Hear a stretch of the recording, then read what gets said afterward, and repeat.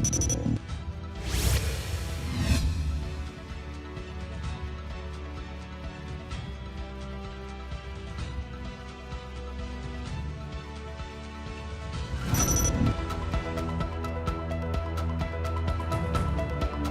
retired today at midnight with a grateful heart to have served the Commission on Elections and the country with your unwavering support. I retire with a grateful heart because I know that you have kept me in your prayers. My experience is that the commissioners, no matter the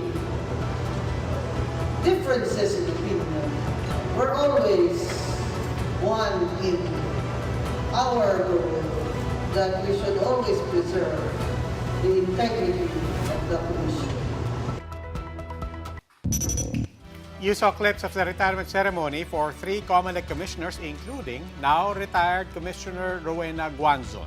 Not only is Guanzon exiting the poll body, she's also bidding goodbye to her vote on the disqualification case against Ferdinand Marcos Jr. The ceremony also marked the first time that case Ponente Commissioner Amy Ferolino went public after Guanzon blasted her for allegedly trying to delay the case's resolution. But despite their back and forth the past days, the ceremony this afternoon went on peacefully.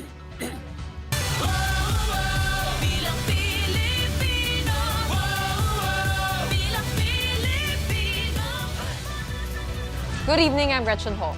I'm Robbie Alampay. You're watching The Big Story. Time has run out for Commissioner Rowena Guanzon. She retires from the Comelec today, and while she understands full well that her vote to disqualify Bongbong Marcos from the presidential race will not be counted, her fight, she says, continues.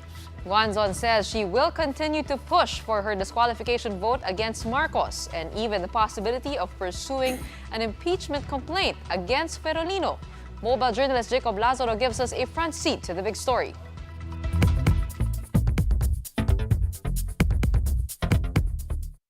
On Wednesday afternoon, the Commission on Elections bade farewell to 3 of their most senior commissioners, while retiring controversial Commissioner Rowena Guanzon bade farewell to her vote.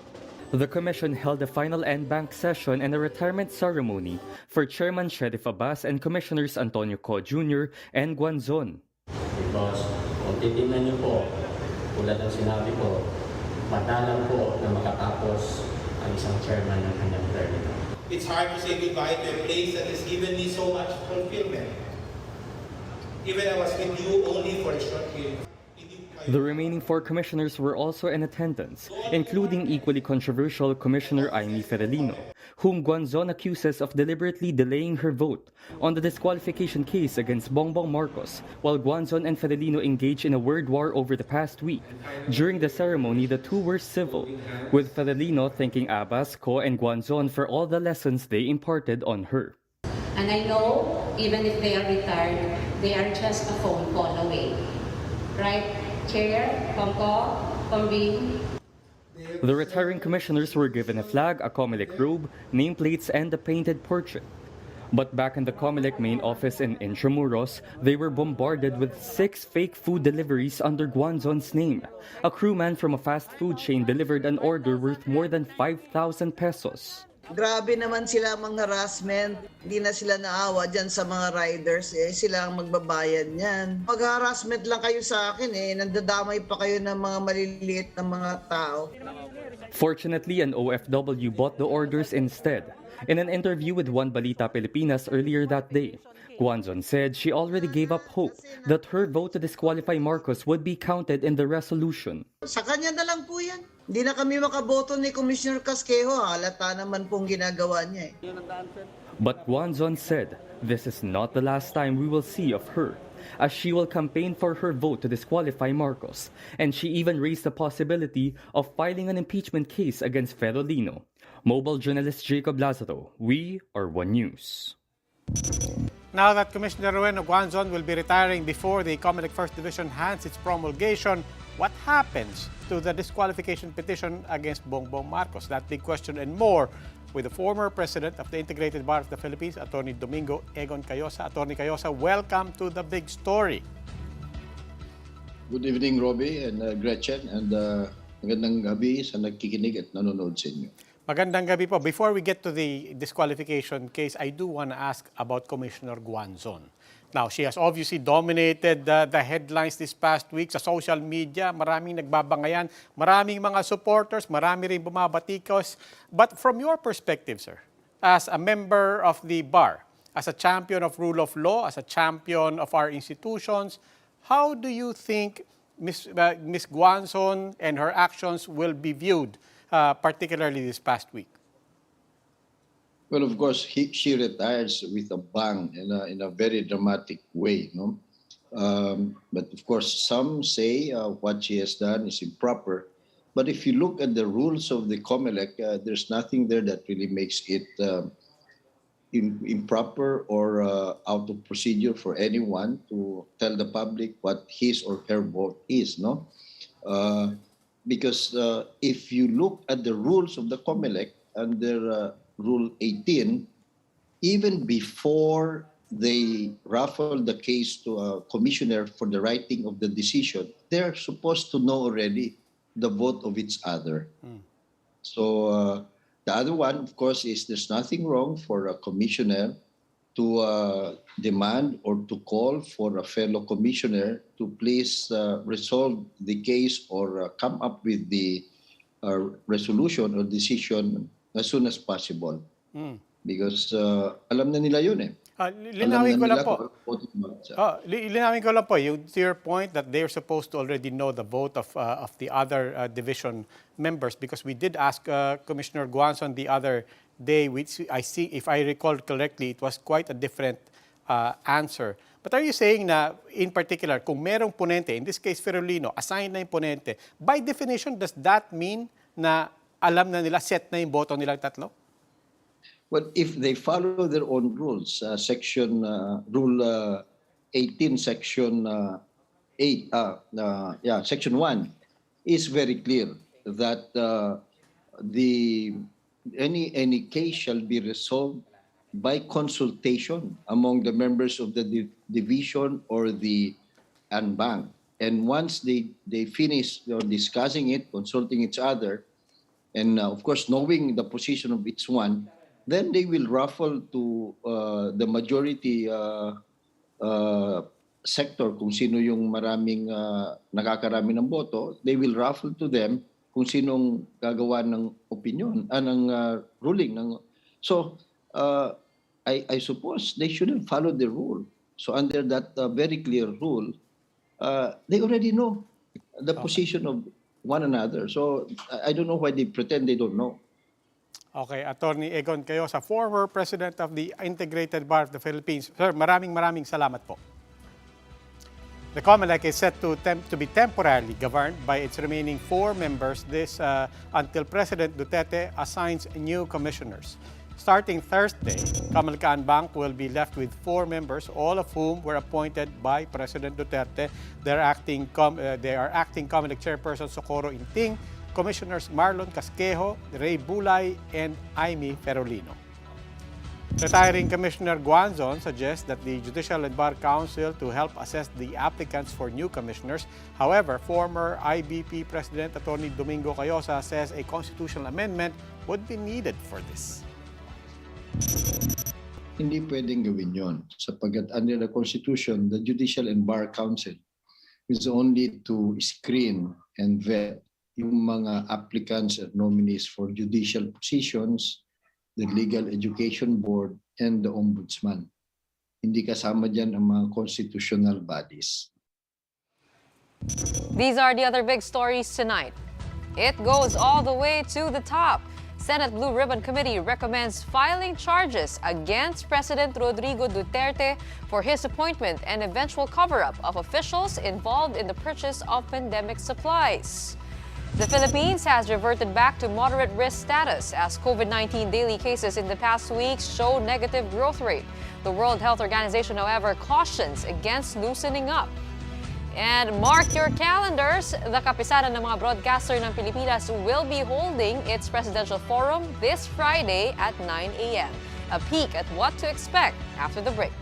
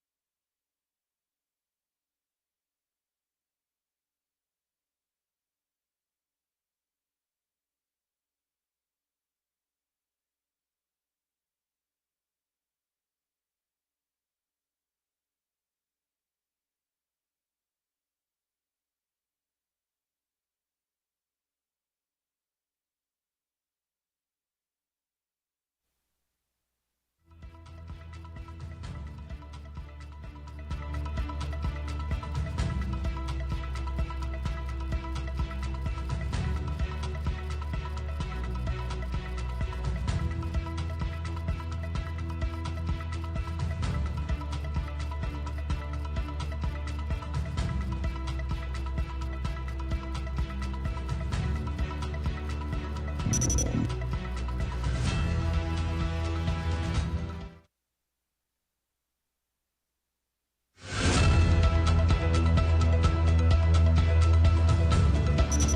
evening. You're still watching The Big Story. I'm Robbie Alampay. And I'm Gretchen Ho.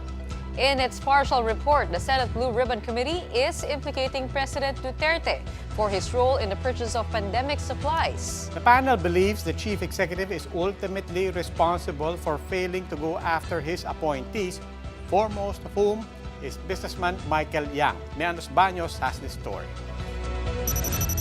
Kaya ayon sa kanya mga ginawa na pagtatanggol, pagbubuska, at pagtatago, I'm sorry, the president must be held accountable. The president is not without sin in the government's purchase of pandemic supplies, at least according to Senate Blue Ribbon Committee Chairman Senator Richard Gordon. In a 113-page partial report, the panel recommends the filing of charges against the chief executive after his term. The report said there was betrayal of public trust when the president appointed foreign national Michael Yang as economic advisor. Yang was later on revealed to be the backer of Pharmally Pharmaceutical, which copped billions worth of pandemic contracts. This despite its meager funding and links to Taiwanese fugitives. Huwag kayong pumunta dyan. Huwag kayong maniwala dyan. That is inciting to sedition. Inexcusable negligence of duty. Dapat, bakit mo nilagay si Michael Yang? Alam mong Chinese citizen yan. The report said there was also grave abuse of power when the president instructed cabinet and government officials not to attend the Senate hearings. The president, instead of getting to the bottom of the situation and punishing those responsible, and threatened the Senate and the senators. Apart from Duterte, the panel also recommends the filing of criminal complaints against Health Secretary Francisco Duque for violating the laws on graft and corrupt practices and plunder. While he vowed to cooperate with the tribunal's process, Duque said the Procurement Service Department of the Budget Department is the one responsible for procurement activities and not the DOH. There are also recommendations to charge past and present PSD-DBM officials, including former Budget Undersecretary Christopher Lau. The Blue Ribbon Committee also wants the current officials of Pharmally Pharmaceutical to be charged. As for Michael Yang, the committee supports the filing of cases for his deportation. Yang's legal counsel has already addressed reports saying that it has neither legal nor factual basis. Reporting for News 5, Mean Los Baños, we are One News.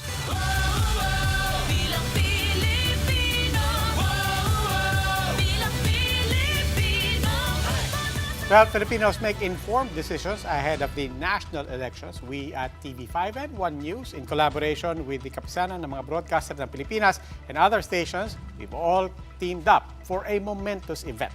With acclaimed journalists, for moderators and panelists, Panata sa Bayan, the Presidential Candidates Forum will examine those vying to be our next chief executive. A look at what to expect in Marian Enriquez's report.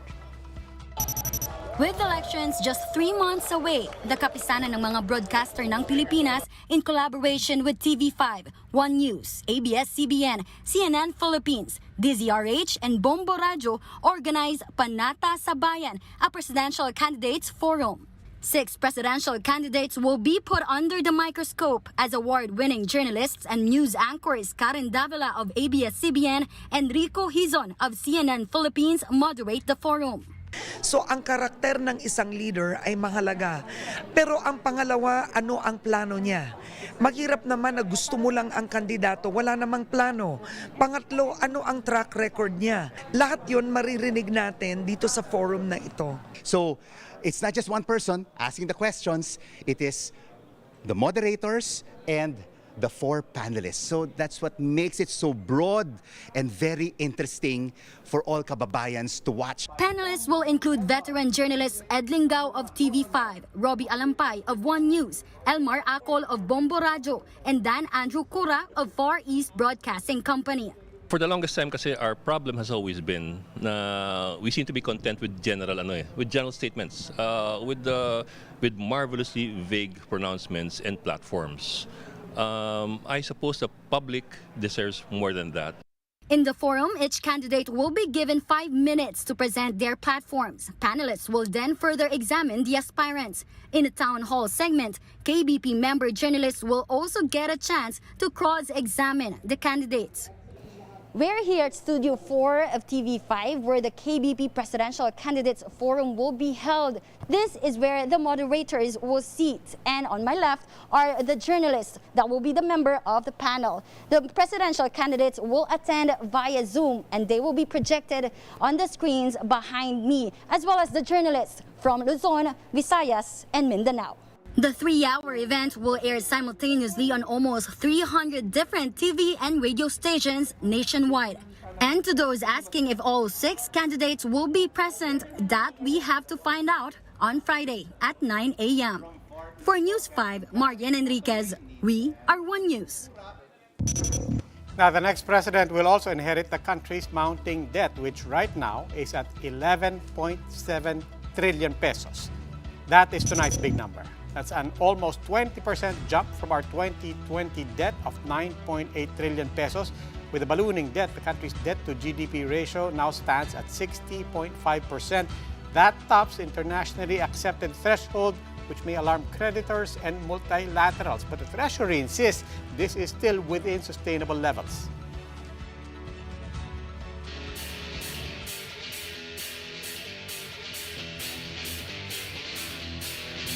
For the big story in sports, Tom Brady has officially announced his retirement from the NFL after 22 seasons. This decision comes as a surprise after Brady still led the league in touchdown passes and passing yards this season. The 44-year-old spent 20 seasons, including 6 Super Bowls with the New England Patriots.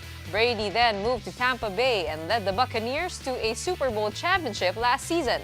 Brady retires as a player with the most Super Bowls in NFL history, assuring himself a spot in the Pro Football Hall of Fame.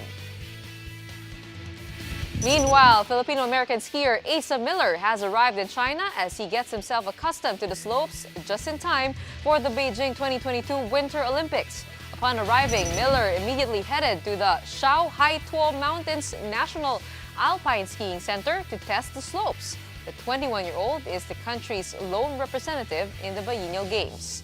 Miller will compete in the giant slalom event on February 13 and the slalom event on February 16. Miller looks for a stronger outing this time around after his 70th place finish during his first stint in the 2018 Winter Olympics. Time for another quick break. When we return, a number of minors in Catanduanes tested positive for COVID-19 after playing with medical waste. The Philippines is back to moderate risk status as cases continue to log a negative growth rate. But is it time to scrap the alert level system? At huwag magpapabudol. That is actress Angelica Panganiban's hot tip for choosing a partner, as well as electing a candidate in the 2022 elections. Hear more about what she has to say after the break.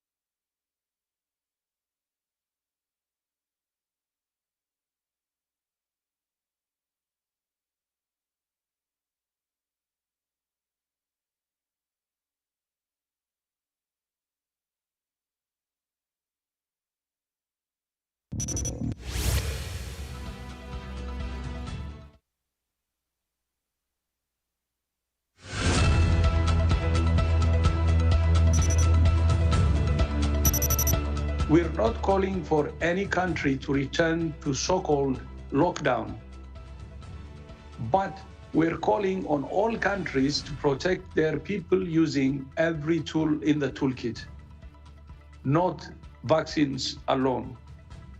It's premature for any country either to surrender or to declare victory.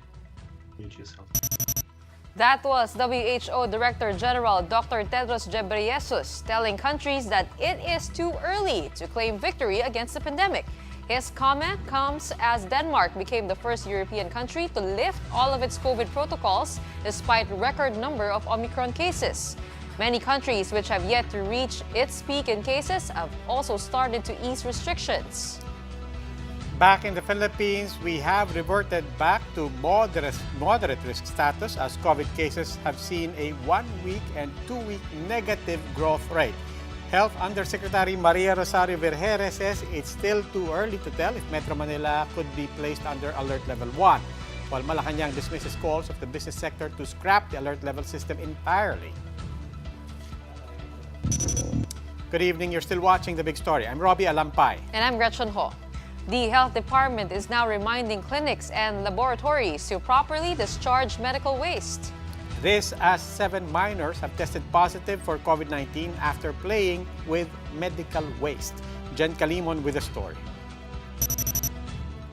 Over 20 children in Barangay Concepcion, Vira, Catanduanes underwent antigen testing after being exposed to hazardous waste materials. They experienced COVID symptoms after using toxic medical supplies as toys. 7 children aged and 1 female adult came out positive. Na siya po yung asikaso dun sa mga bata, asin na kinuha sa mga kamay ng mga bata yung ginawang baril-barilan na ringgilya. Authorities discovered hundreds of used syringe, personal protective equipment, antigen test kits, and containers with blood in the coastline of Concepcion town in Vira, Catanduanes last week. Based on the probe, the biohazard wastes were from Excel Care Diagnostic and Wellness Center. Laboratory officials did not deny that the supplies belonged to them, but they insist that they did not dump toxic wastes on purpose. Nagkamali daw po yung basurero ng pag-pick up nung plastic na lalagyan nila ng basura. Sabi nila nung kinuha nung hindi nila alam kung saan itinapon yung nasabing yung basura.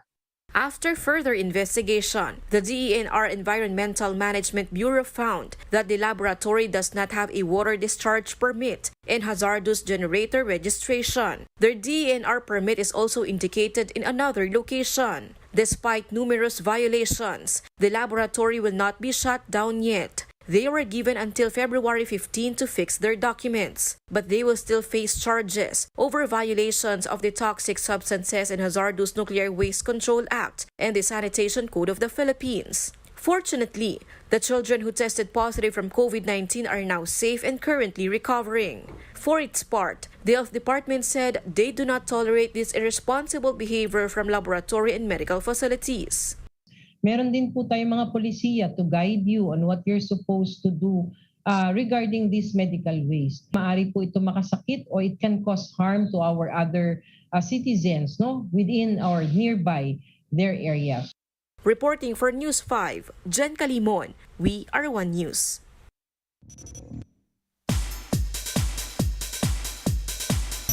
Kaya sana, ikaw rin, iwasan na natin ang mga manloloko. Who says all hugots are love-related? Actress Angelica Panganiban, in an advocacy plug, dug deep from her personal experiences with cheaters to remind the public to vote wisely in the upcoming polls. Kaya ngayong eleksyon sa May 2022, ingat-ingat sa mga tao, kilatising mabuti ang mga manliligaw. In the video by young public servants, Angelica likened some hopefuls to pretentious suitors. She told voters to carefully examine candidates who are trying to woo them for their votes. Several personalities in the industry have also expressed support to actor Enchong D. This comes as he faces a 1 billion peso cyber libel case filed by Representative Claudine Lim. The actor shared his legal counsel statement on Instagram. Under the post, Fellow actors Angel Locsin, Agot Isidro, and ex-on-screen partner Erich Gonzalez have all commented. Anchong has recently posted a 48,000 bail after voluntarily submitting himself to the NBI on Monday. For News 5, MJ Marfori, VR1 News. Now, if you're still wondering why the chicken crossed the road, apparently it's to sneak into the Pentagon. Yes, you heard that right. A chicken was caught snooping around by security, and the chicken appears to be looking for a way to get inside the Pentagon. Officers with the Animal Welfare League of Arlington were called to the scene after the chicken almost pecked her way into one of the most secure facilities in Earth. The league jokingly called for suggestions for chicken names. Safe to say, they got plenty of ideas such as Henny Penny, Colonel Sanders, and DEFCON Hunt. The Pentagon security, meanwhile, did not offer any explanation for how the chicken made its way into the highly secured compound or whether it posed any particular threat. Hindi siguro sila sanay sa US. Diyan, sanay tayo dito sa Pilipinas. Speaking of defending your way, presidential forum this Friday. Friday, 9 o'clock, 9 to 12 a.m. Live here. But I'm very curious, pupunta ba lahat ng kandidato? Well, lahat ng kandidato, we have to remind people, 10 po ang tumatakbo. Diba? Okay. So it's not just the usual names that you're thinking of, so 10. But I can say that yung top 6, lahat yan, imbitado. Imbitado. Oo. Yung pupunta, kailangan makita nyo po on Friday, 9 a.m. Cavite naman, no? Oo. Tsaka may streaming din po yan sa Signal app. Okay. Yan. Aabangan po natin yan. Friday, 9 a.m. Presidential Forum. Of course, one of our panelists, my co-anchor, Robbie Alampay, and Ed Lingao in the next show. Well, that wraps up today's big story. Catch us again tomorrow at 8 p.m. on Signal Channels 8 and 250. Please like our Facebook page, One News. For more in-depth analysis, visit our webpage, onenews.ph. Mask on. Wash hands. And stay safe, Philippines. Ako po si Robbie Alampay. At ako naman si Gretchen Hall. We are One News. Have a good evening.